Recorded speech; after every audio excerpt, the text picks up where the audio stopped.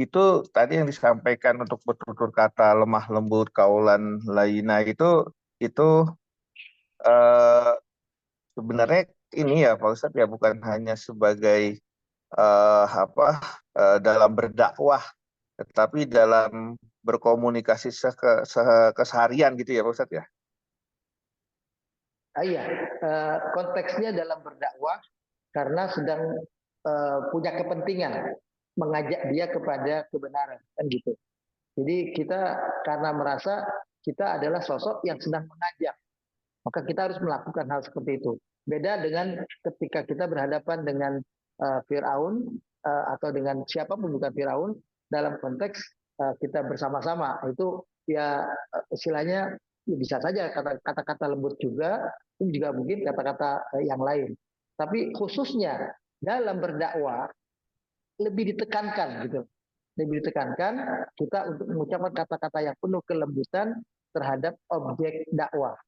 Ini kan sekarang ini banyak terjadi secara tidak sadar dai-dai para pendakwah kalau menyampaikan sesuatu kepada orang lain yang justru menjadi objek dakwah mereka malah dengan kata-kata kasar, dikatakan bid'ah, dikatakan salah, dikatakan ini itu dengan cara yang seperti itu. Nah, ini yang perlu kita koreksi bahwa ketika kita lebih merasa punya kepentingan untuk mengajak kepada kebenaran, kita lebih ditekankan untuk berkata lemah lembut.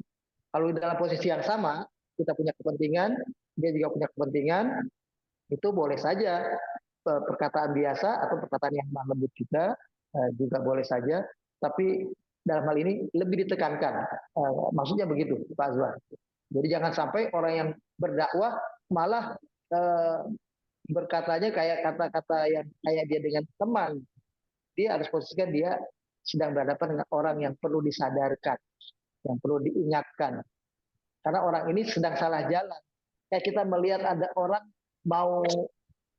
berdiri di atas gedung tinggi mau bunuh diri gitu. Nah, saya bisa bayangkan kalau kita katakan kasar, ini dia langsung jadi jatuh begitu saja. Kita harus mengingatkan dia kata-kata yang baik, yang lembut supaya dia mau menahan diri tidak sampai terjun melakukan perbuatan kelirunya itu. Nah, itu begitu. Kira-kira gitu konteksnya. Apakah ucapan lembut, kata-kata lembut tadi yang disampaikan oleh Nabi Musa itu konteksnya hanya dalam dakwah saja, seperti kepada Firaun yang digambarkan dalam ayat ini? Apakah juga mestinya lemah lembut ibu itu untuk kata-kata yang berhadapan dengan siapapun dan bukan hanya dalam konteks dakwah? Dalam keseharian, kata-kata lemah lembut kepada orang lain itu tentu saja kita tetap dianjurkan katakan atau berkomunikasi dengan ucapan-ucapan yang baik, kata-kata yang lembut. Tapi dalam konteks berdakwah ini lebih ditekankan. Jangan sampai lagi berdakwah malah kalian kok kasar. Ini padahal kita lagi ingin mengingatkan orang itu, ingin menyelamatkan orang itu. Harus lebih lagi kita bersikap lemah lembut kepada orang itu. Kepada orang yang katakanlah sama-sama punya kepentingan, dia perlu kita, kita perlu dia, kita pun berkomunikasi dengan cara yang lemah lembut. Katakanlah orang sama bisnis, sama pedagang, penjual, pembeli, ya baik penjual berkata yang lembut kepada pembeli, biar pembelinya mau beli, si pembeli berkata yang lembut kepada si penjual, biar penjualnya mau nurunin harga yang bagus kepada si pembeli, kan gitu. Kedua-duanya berkomunikasi yang baik, itu begitu. Nah, dalam konteks dakwah, ini lebih ditekankan kepada orang yang berdakwah. Itu maksudnya. Ini sebenarnya ya, konteks dakwah. Yang pertama itu saya juga bingung juga sih bagaimana cara memberitahukannya. Mungkin kalau Pak Ustadz ada saran gitu. Jadi Ya. di masjid saya di rumah di Bandung itu Ya. ada seseorang yang di masjid itu ada imam rawatib sama muadzin rawatibnya gitu ya. Tapi Ya. kadang-kadang ya kalau pas lagi dia datangnya terlambat, nah itu suka ada yang azan, tapi azannya itu dulu Pak Ustadz pernah sampaikan kalau azan itu bukan kalimat Al-Quran. Ya, tapi kalau dia salah-salah dikit oke lah, tapi kalau salahnya terlalu banyak dan cenderungnya ke arah apa ya, fatal, parah gitu ya. Iya, iya, iya. Tapi ini saya juga bingung juga ini bagaimana ngasih taunya, ya takut juga kesinggung saya orang baru gitu. Iya, iya. Tapi kelihatannya kayak ketua takmir masjidnya juga nggak ada bermasalah juga dengan itu orang gitu. Iya, iya, Jadi iya. bingung juga ini. Gitu. Ya, terus yang keduanya ini juga Pak Ustadz, jadi kebetulan di masjid itu juga apa ya, kalau saf itu pada renggang-renggang gitu. Nah, Iya. lalu saya pengen ngedenggor juga apa mengajak untuk merapat gitu, tapi pengen lihat situasi juga karena saya orang baru gitu ya. Tapi ternyata kok punya beberapa kesempatan dengan eh, khotib-khotib Jumatnya juga ternyata sama juga renggang-renggang. Ya udah akhirnya saya nggak berani juga ngomong takut pada tersinggung gitu. Tapi yang saya Iya, lakukan iya. itu akhirnya, tapi saya berpikir apakah apa yang saya lakukan ini itu adalah berlebihan, karena akhirnya apa yang saya lakukan kalau kebetulan pas lagi di sana itu saya cepet-cepet aja sholat di belakang, apa posisinya di belakang imam persis. Jadi kan harusnya kan kiri dan kanan yang merapat ke belakang imam gitu ya. Iya, Nah, iya, iya. jadi yang lain bodo amat lah gitu, yang kiri kanan mau jauh kayak. Iya, iya, Jadi iya. apakah berlebihan sikap seperti itu Pak Ustadz? Baik, terima kasih. Apakah konteks dakwah yang semacam ini yang disampaikan oleh Nabi Musa kepada Fir'aun ini, yang dengan cara lembut itu, gimana kira-kira dalam konteks apa yang beliau alami sendiri di Bandung? Beliau tinggal di Bandung, di situ ada masjid. Sedangkan beliau adalah orang yang baru, dikenal di Bandung itu, tempat tinggal beliau rasanya di Jakarta, di Pamulang. Itu didapati ada dua hal. Yang pertama, orang yang azan itu kalimat azannya nggak benar gitu. Eh, apa namanya? Memang azan itu bukan kalimat Al-Quran, tapi kok ini kesalahannya luar biasa. Mau ngingetin gimana ini? Pengertian konteksnya tadi, lemah lembut tadi itu. Kemudian yang kedua soal saf kosong, saf yang agak renggang, safnya renggang. Itu kayak biasa-biasa aja. Ada khatibnya pun, khatibnya juga renggang juga, ambil posisi selalu sholat di belakang imam yang di tengah. Karena kalau di tengah kan yang kanan ke kiri, yang kiri ke kanan gitu. Kalau dia di sebelah kanan, kan dia harus geser ke kiri. Sementara nanti yang kalau dia geser ke kiri, kanan tambah renggang. Kalau dia di sebelah kiri, dia geser ke kanan, yang sebelah kiri tambah renggang. Jadi beliau di posisi tengah, selalu di belakang imam, supaya pokoknya dia udah di tengah imam. Yang lain nggak rapat urusan orang lain. Itu pertanyaannya gimana kira-kira? Dalam konteks hal yang semacam ini, harus kita pahami dulu bahwa dakwah itu adalah ilal khair, kepada yang baik. Itu dalam Al-Quran kan di surat Ali Imran ayat 104, itu bunyi ayatnya begini. Waltakum minkum ummatun yad'una ilal khair. Dakwah itu kepada kebaikan. Ngajak itu kepada kebaikan. Wa ya'muruna bil ma'ruf wa yanhauna 'anil munkar. Memerintah hal yang ma'ruf dan melarang hal yang munkar. Nah, maksudnya begini. Jadi ada tiga sebetulnya tugas dalam berdakwah itu.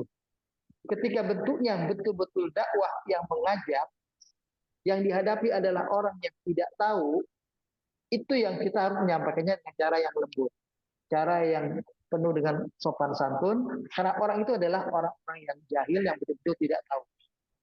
Sementara berhadapan dengan orang yang sudah tahu, yang kita tahu kira-kira dia udah paham ini, tapi cuma tidak mau menjalankan, itu bukan dakwah lagi, itu namanya amar ma'ruf. Makanya sebutnya amar ma'ruf, menegakkan hal-hal yang sudah dia tahu, yang orang itu tahu itu mestinya begitu, tapi orang itu nggak kerjakan. Nah, kepada orang yang seperti ini lebih sedikit tegas tidak apa. Begitu pula dengan nahi mungkar. Nahi mungkar itu adalah kita cegah orang itu berbuat kemungkaran, yang kemungkaran itu sudah dipahami oleh orang itu adalah perbuatan jahat. Katakanlah kalau kita memperingati orang muslim supaya jangan berjudi, supaya jangan minuman keras. Dia muslim, berarti kan dia tahu kita agak keras dengan mereka tidak apa-apa. Tapi kalau kita kepada orang di jalan yang kita nggak tahu dia muslim atau bukan, dia minum minuman keras, kita ingin tegur mereka, maka kita tidak dengan cara yang kasar. Kenapa? Karena atau tidak dengan cara yang keras, menurut saya langsung dengan tindakan begitu, karena dia boleh jadi orang yang tidak tahu. Nah, jadi ada klasifikasi. Sekali lagi, untuk dakwah itu kepada kebaikan. Jadi kalau ngajak itu mesti kepada kebaikan. Tapi kalau untuk orang yang sudah tahu itu amar ma'ruf dan nahi munkar. Jadi kalau kita kepada orang yang tadi contohnya di masjid, saya kira di masjid sebetulnya orang-orang yang sudah tahu, ya. Cuma tetap prinsipnya kita menyampaikan yang sifatnya mengingatkan, berarti ini bukan dakwah lagi, karena orang itu sudah tahu. Lain hal mungkin dengan yang kedua, soal saf ini. Boleh jadi dia tahu, tapi dia tidak paham betul-betul rapat saf itu sesuatu yang harus dilakukan agar sholat kita menjadi sholat yang diterima. Karena kata Nabi itu, fa inna taswiyat subuh min iqamatis sholat. Karena kesempurnaan sholat berjamaah itu terletak pada kemauan orang yang berjamaah itu untuk safnya saling mendekat. Itu saling mendekat dan lurus. Itu kemauannya begitu. Jadi bukan kakinya duluan di depan, yang satu kakinya di belakang, atau kemudian dia tidak mau rapat. Walaupun juga rapat itu nggak berarti rapat itu ada tekanan. Itu rapat nggak perlu berarti ditekan. Kadang-kadang ada orang yang kalau rapatnya sampai ditekan, mungkin dia nggak mau. Kalau orang yang ada yang seperti itu, ya kita cukup sentuh saja, barangkali begitu. Ya. Atau katakanlah lagi posisi berdiri tidak menyentuh, tapi pas posisi ruku bisa menyentuh, ketemu juga. Atau lagi posisi duduk bisa menyentuh. Atau ketika berdiri, karena tangan kita begini, kan ada tambah lebar, kita menyentuh. Tapi begitu kita ruku atau kita duduk, tidak menyentuh misalnya, itu juga tidak apa-apa. Jadi tidak harus juga rapat yang apa namanya, yang ketat begitu, karena seseorang kadang-kadang kekhusyuannya terletak kepada tidak ada hubungan dengan orang lain. Jadi kalau dia udah tersentuh, dia mungkin orang yang tuh begini, jadi malah nggak khusyuk. Mungkin ada orang yang begitu. Jadi kita harus menghormati itu juga. Jadi dalam konteks pertanyaan yang pertama, jalurnya adalah berbicaranya dengan imamnya supaya mengingatkan si yang muazin ini. Kalau perlu diganti muazinnya, ya kalau memang datang bisa lebih awal, minta izin untuk sholat subuh, saya yang azan deh kalau boleh. Istilahnya barangkali begitu. Tetap karena kita apa namanya belum kenal baik dengan orang itu, ya kita coba cari titik temu dulu, berkomunikasi dengan dia secara baik, baru setelah itu kita ingatkan dia azannya tadi bacanya tidak baik. Nah, azannya bacanya tadi tidak tepat. Nah, jadi istilah kalau sudah mulai kenal, saya kira barulah kita sampaikan.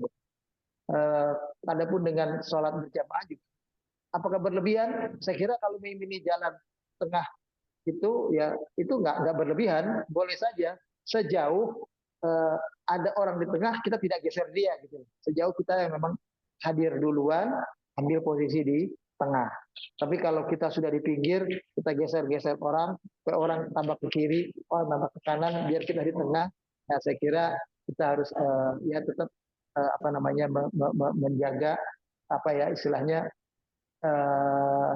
jangan sampai orang jadi tersinggung antara sikap kita yang maksudnya baik. Padahal begitu.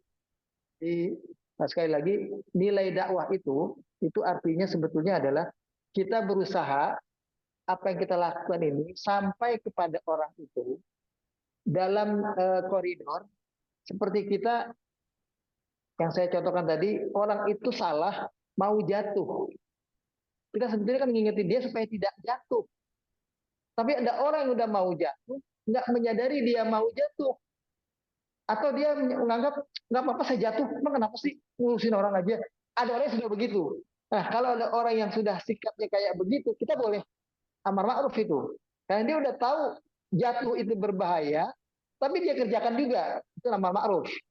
Tapi kalau ada orang yang dia tidak tahu, dia akan jatuh, kepada orang itu kita berdakwah dengan penuh kelembutan. Kalaupun kita nasihati, berbicara yang jangan sampai semakin kita keras berbicara, malah dia jadi jatuh gitu. Nah, kita harus dengan penuh lembut supaya dia jangan sampai jatuh, pelan-pelan. Kalau perlu membujuknya, kalau perlu ya ada kata membujuk, ada kata yang sifatnya supaya orang itu tidak sampai terjatuh, itu gitulah. Kira-kira gitu bedanya dakwah dengan ma'ruf itu di situ. Tentang ayat yang kedua di surat Toha yang berbunyi wa nazalna ilaikal Qur'ana litashqa. Kami tidak menurunkan Al-Qur'an kepadamu wahai Muhammad untuk membuat kamu celaka. Kalau ini pengertian yang di surat Thaha, itu maksudnya adalah bahwa Al-Quran ini adalah petunjuk yang memberikan keselamatan, memberikan jaminan kebahagiaan. Jadi kayak, maaf, orang yang menawarkan asuransi gitu ya, kita, itu jangan dikira bayar premi mahal ini bikin sesuatu yang membuat kalian berat. Enggak, ini buat kalian enak, buat kalian senang, buat kalian bahagia. Nah, kira-kira begitulah penjelasan tentang Al-Quran ini. Allah turunkan untuk membuat kita bahagia. Jangan pernah berpikir kita taat beragama itu menjadi beban, menjadi sesuatu yang membuat hidup kita susah. Ini gara-gara disuruh bangun subuh, saya jadi terlambat. Nah, saya harus berangkat sebelum subuh, misalnya. Tidak, diatur sedemikian rupa, kita yang menyesuaikan diri. Kalau gitu, berangkat lebih pagi lagi, sholat subuhnya bisa di kantor, misalnya. Baik, jangan sampai gara-gara ingin ke kantor pagi-pagi, sholat subuhnya lewat. Itu begitu. Gara-gara kalau sholat subuh di rumah, kantor terlambat, ya. Kalau dipaksakan berangkat sebelum subuh, sampai di kantor sudah siang. Itu kan semuanya kita yang menyesuaikan diri. Nah, jadi Al-Quran Allah turunkan tidak untuk memberikan mudarat, memberikan ketidaknyamanan, memberikan ketidakbaikan, memberikan kesusahan kepada kalian. Islam datang untuk membuat kita bahagia. Gitu-gitu.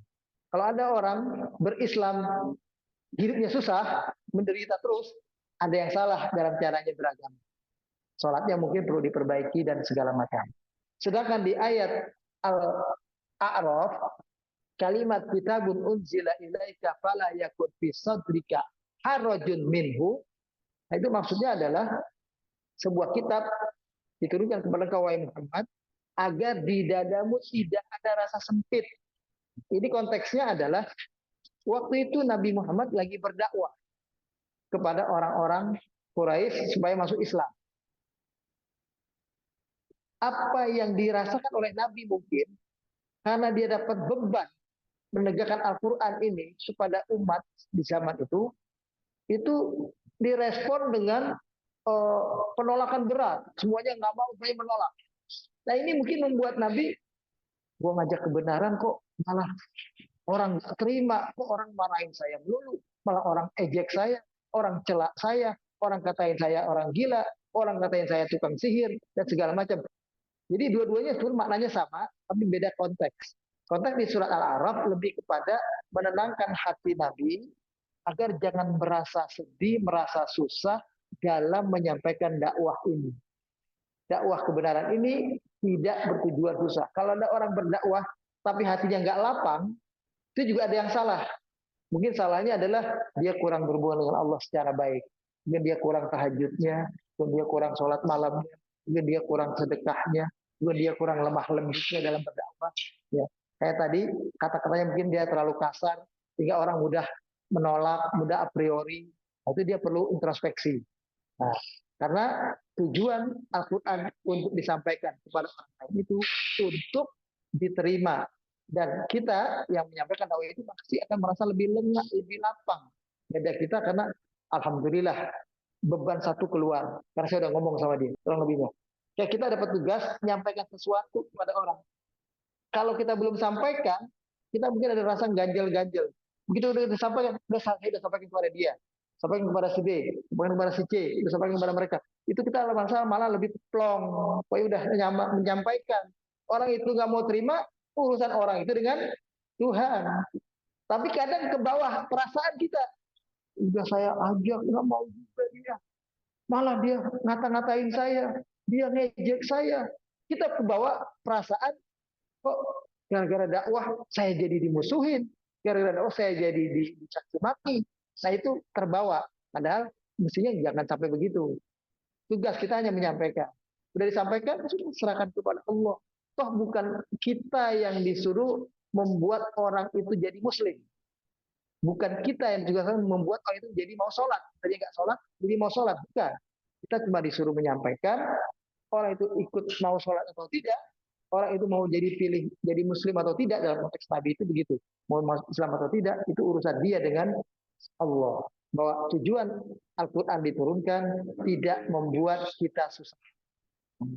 Karena di antara kita mungkin ada yang merasa, kok saya udah beragama kayak gini, sudah sampai seumur kita 40 tahun, 50 tahun, 60 tahun, kayaknya gini-gini aja, hidup saya juga begini-gini, nggak tambah-tambah, nggak maju-maju, misalnya. Berasa begitu. Padahal tidak dia sadari, dia yang dia bilang gini-gini aja, orang lain seperti dia sudah lebih jauh jatuh terpuruk. Orang lain seperti dia sudah banyak musibah-musibah yang mereka. Kita begini-begini aja tapi nggak ada musibah, nggak ada kesusahan, nggak ada kesulitan-kesulitan hidup yang berarti, nggak ada desakan-desakan yang membuat kita sakit dan semacamnya. Itu yang dimaksud dalam surat Toha ini. Dan itu yang membuat Umar bin Khattab jadi masuk Islam. Karena dia merasa ternyata orang-orang Islam itu betul begitu. Adiknya masuk Islam itu nggak takut sama dia. Kan adiknya nggak takut. Berarti Islam membahagiakan orang. Karena kebahagiaan itu letaknya di hati. Bukan letaknya apa yang terlihat dalam penglihatan orang luar. Itu. Saya kira itu.